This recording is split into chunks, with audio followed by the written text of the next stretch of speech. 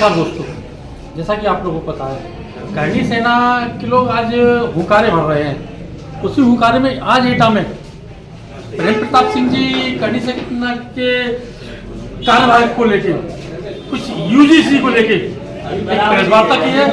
आइए जानते हैं उन्होंने क्या कहा है और क्या उनकी रणनीति है यूजीसी को लेके। सर नमस्कार। नमस्कार सर आपका परिचय?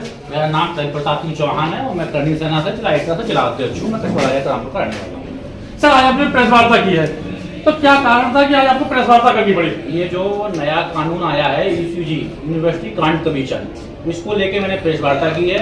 ये प्रधानमंत्री नरेंद्र मोदी जी की उल्टी गिनती है।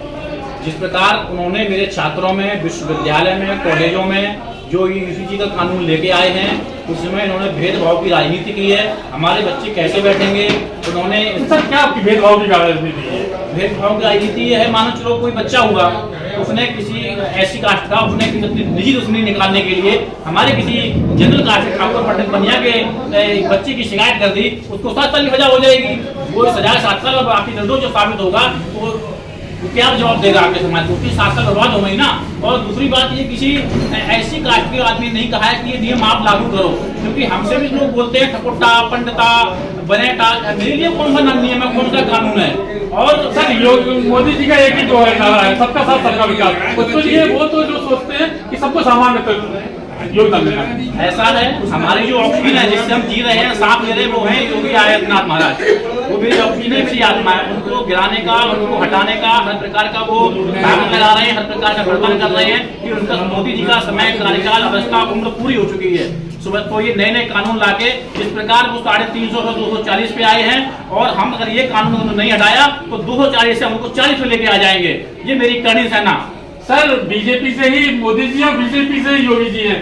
आप योगी जी के लिए बड़ी बात कर रहे हो और मोदी जी क्या छोटी बात कर रहे हैं, क्या कारण है?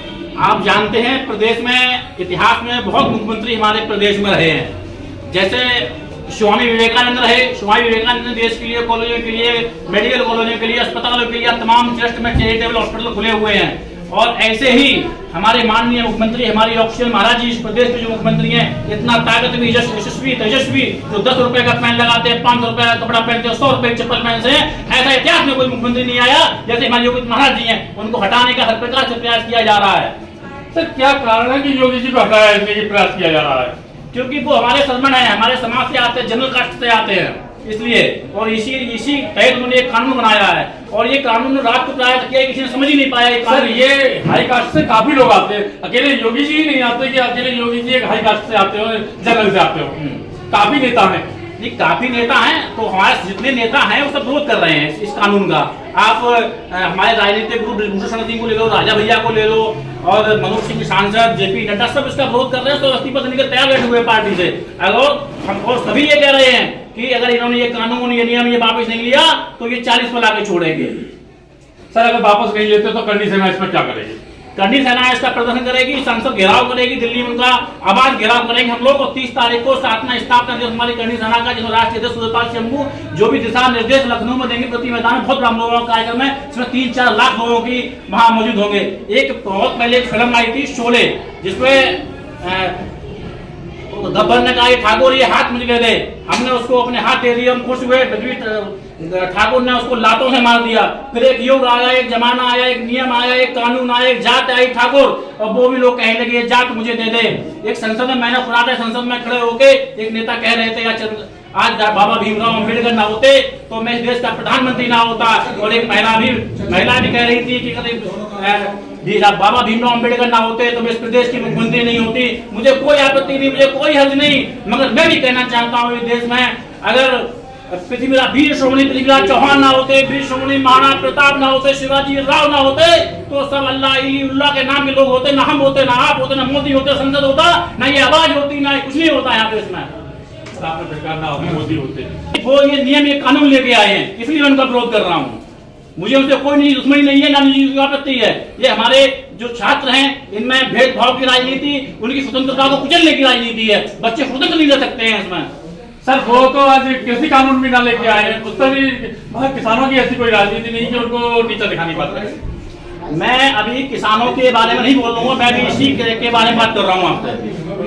कि जो मुझे ये संगठन नहीं, जैसे जो में बच्चे आते हैं, जैसे आप बता राजा रामपुर से हैं, तो किसानों के बच्चे भी पढ़ते हैं। हाँ। तो किसानों का मुद्दा आपका मुद्दा नहीं है? नहीं, बिल्कुल मेरा किसानों का मुद्दा बिल्कुल मेरा मुद्दा है। इस देश में किसान ना होते, किसान एक अन्नदाता के रूप में है, किसान ना होता तो हम खाएंगे क्या?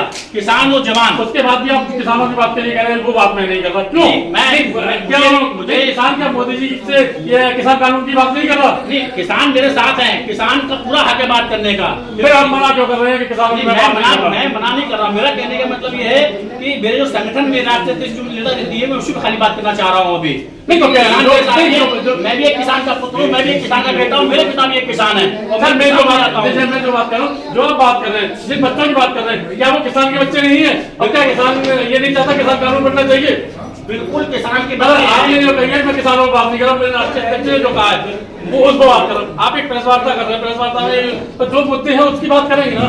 बिल्कुल मैं किसानों की बात कर रहा हूँ। किसान भी मेरे बच्चे, मेरे भाई हैं, वो भी मेरे समाज से आते हैं। उनकी भी आवाज को कुचलने का, उनके भी जात को दबाने का ये कार्य है। उनके ही मतभाव और उनकी स्वतंत्रता को कुचलने का भी एक नियम है। किसानों की बात कर रहे थे आप, तो किसान नहीं चाहता कि उसके किसान कानून बनना चाहिए? नहीं, किसान चाहते हैं हमारे। क्या आप नहीं चाहते? नहीं, मैं भी चाहता हूँ किसान ये कानून हो, क्योंकि किसान इतना संघर्ष करता है, इतना मेहनत कर रहा, खून पसीना एक करता है। हमारी माताएं बहनें खेतों में लगी रहती हैं और हम वहां से अन्न प्राप्त करते हैं। जो बड़े बड़े लोग, मठाधीश, बड़े बड़े सांसद, मंत्री, विधायक जो गाड़ी एसी गाड़ी में रह के और एसी खाना बैठ खा रहे हैं, वो हमारे किसानों को अपना खून पसीना खा रहे हैं। हम तो किसानों के हित में खड़े हुए हैं। आप करनी सेना को लेके आवाज उठा रहे हैं। जब आप आवाज कभी नहीं उठाई आपने, जब किसानों की महिलाएं लाइन लगा कर खाद के लिए लाइन लगाती, रात के 4-4 बजे लाइन लगाती, तब आपने कोई आवाज नहीं उठाई। वो क्यों?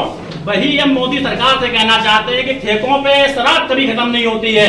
ठेकों पे कभी शराब खत्म नहीं होती है तो हमारे किसान भाइयों के लिए खाद कैसे खत्म हो जाती है? आप किसी ब्रांड का कोई भी क्वालिटी शराब लेने जाओ, सारे ठेकों में शराब उपलब्ध होंगी, पर किसानों के लिए खाद उपलब्ध नहीं होगी। सर इसके लिए कभी आपने आवाज उठाई है? बिल्कुल आवाज उठाई। एक बार मैंने प्रेस कॉन्फ्रेंस और की थी, और इसके लिए सबसे बड़ी जो आवाज उठा रहे हैं हमारे मैं उनको अपने पिता तुल्य मानता हूँ, जो किसानों के राष्ट्रीय अध्यक्ष है भानु जी, उनसे मेरी बात भी होती रहती है और वो इस पर आवाज उठाते रहते हैं अपनी। सर कल 26 जनवरी है, 26 जनवरी को लेके आप क्या कहेंगे कि जो आपकी यूजीसी कानून है उसका क्या करना है?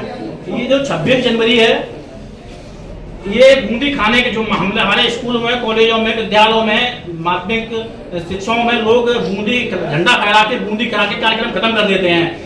ये कार्यक्रम, ये 26 जनवरी उन वीर शहीदों को याद किया जाए जिन्होंने अपने जवानी पे खून बहा दिए, वो जवानी पे शहीद हो गए, उन्होंने ठीक से अपना परिवार नहीं देख पाया। और उन शहीदों को याद करते हैं, उन जवानों को याद करते हैं, उन वीर शिरोमणियों को हम याद करते हैं जिन्होंने अपने खून गवा के, अपना शरीर गवा के हमको आजादी दिलाई और स्वतंत्रता की।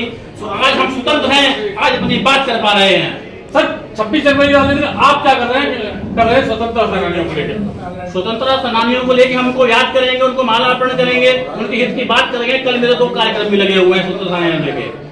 एक अड़ी जगह का कार्यक्रम लगा हुआ है, वहां भी जाऊंगा, वहां स्वतंत्रता सेनानियों को याद करूंगा, उनको नमन करूंगा और अपने नौजवान साथियों को, नौजवान भाइयों को, शिक्षकों को, शिक्षिकाओं को मैं बताऊंगा कि तुम्हारे जो तुम्हें आजादी मिली है, तुम्हारे वीर श्रोमणी लोगों ने कितने खून बहाए हैं, क्या कभी उन्होंने गुलामी महसूस नहीं की, उन्हें युद्ध किए, उन्होंने संघर्ष किए, ना उन्होंने गुलामी महसूस की, ना ये तुम्हारा भाई गुलामी महसूस करेगा। और उन स्वतंत्रताओं को मैं याद कराऊंगा, स्वतंत्रता सेनानियों को मैं याद दिलाऊंगा। कल ये थे हमारे साथ करनी सेना के जिला अध्यक्ष, बने रहिए हमारे साथ।